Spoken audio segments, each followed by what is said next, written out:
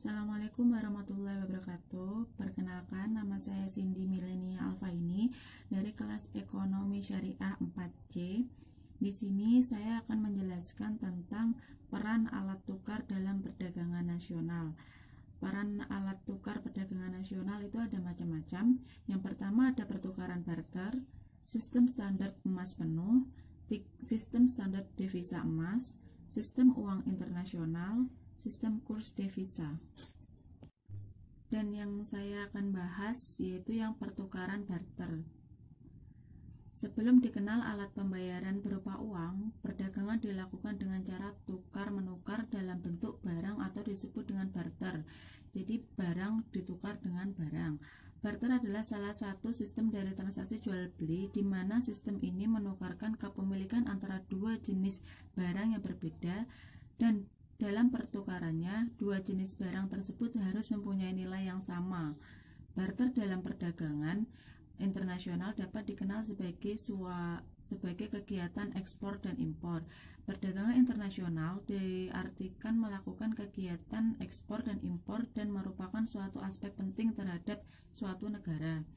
Ekspor dapat membantu semua negara dalam menjalankan usaha pembangunan melalui keunggulan komparatif, faktor produksi yang melimpah, atau keunggulan efisiensi dalam produktivitas tenaga kerja. Dalam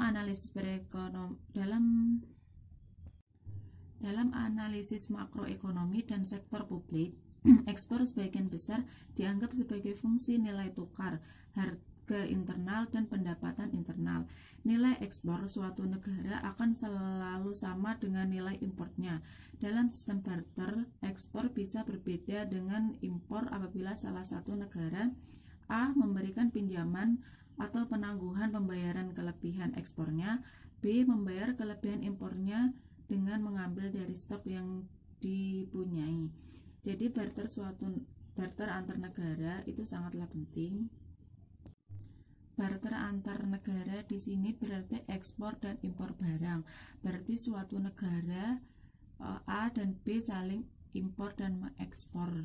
Disitulah disebut barter dalam antar negara. Sekian penjelasan dari saya. Untuk materi-materi yang lainnya dalam makalah ini akan dijelaskan oleh teman saya yang lainnya. Terima kasih. Mohon maaf apabila ada kekurangan kata. Saya akhiri. Wassalamualaikum warahmatullahi wabarakatuh. Assalamualaikum warahmatullahi wabarakatuh. Saya Anju Madina Cindy akan melanjutkan presentasi dari kelompok saya mengenai standar emas penuh. Negara yang menggunakan uang emas baik untuk transaksi dalam negeri maupun luar negeri dikatakan menganut sistem standar emas penuh. Dalam sistem standar emas penuh tidak ada perbedaan antara devisa dan uang dalam negeri.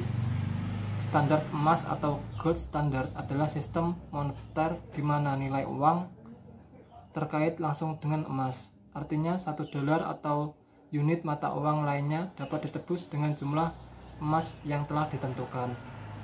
Saat ini tidak ada negara yang menggunakan standar emas. Selanjutnya, sistem devisa emas.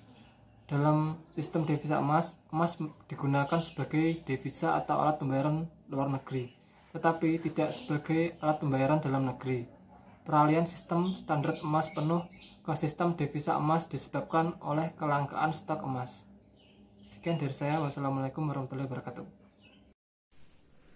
Assalamualaikum warahmatullahi wabarakatuh. Perkenalkan, nama saya Andi Mustafa. Di sini saya akan melanjutkan presentasi dari kelompok kami, yaitu sistem uang internasional, substitusi emas dengan mata uang pound sterling dan dolar Amerika, dilakukan untuk mencegah terjadinya penghambatan perdagangan internasional. Dana Moneter Internasional atau IMF menciptakan Special Drawing Right atau SDR pada tahun 1968 untuk menggantikan fungsi emas sebagai alat pembayaran internasional. Special Drawing Right merupakan semacam uang giral internasional yang bisa diciptakan sesuai kebutuhan pembayaran internasional. Dolar Amerika Serikat menjadi primadona karena hampir semua mata uang negara-negara dunia berpatokan kepada dolar. Menggunakan dolar untuk menyimpan cadangan devisanya dan menggunakannya sebagai alat tukar dalam transaksi-transaksi internasional.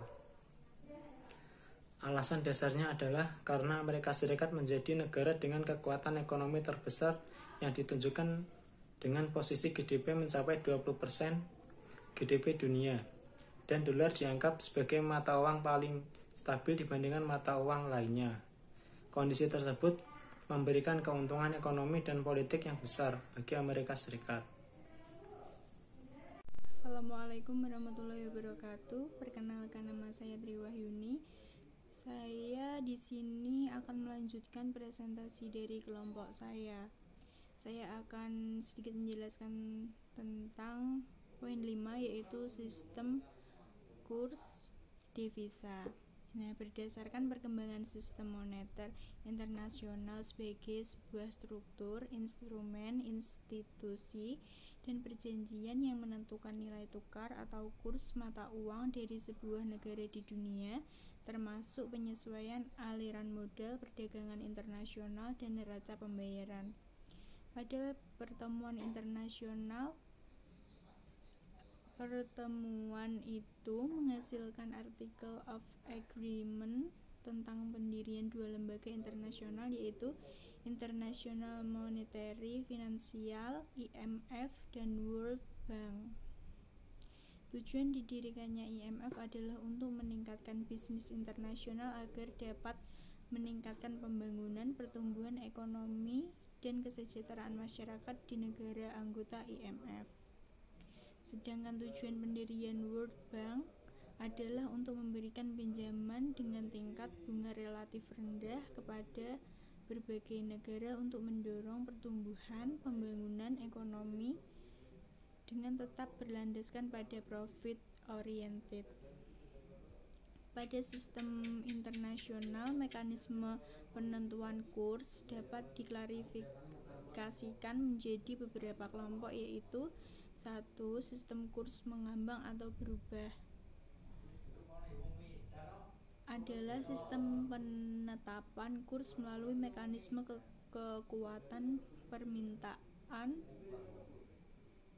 dan penawaran yang terjadi di pasar valuta asing. Sistem kurs mengambang memiliki dua karakteristik yang berbeda, yaitu sistem kurs mengambang bebas secara murni.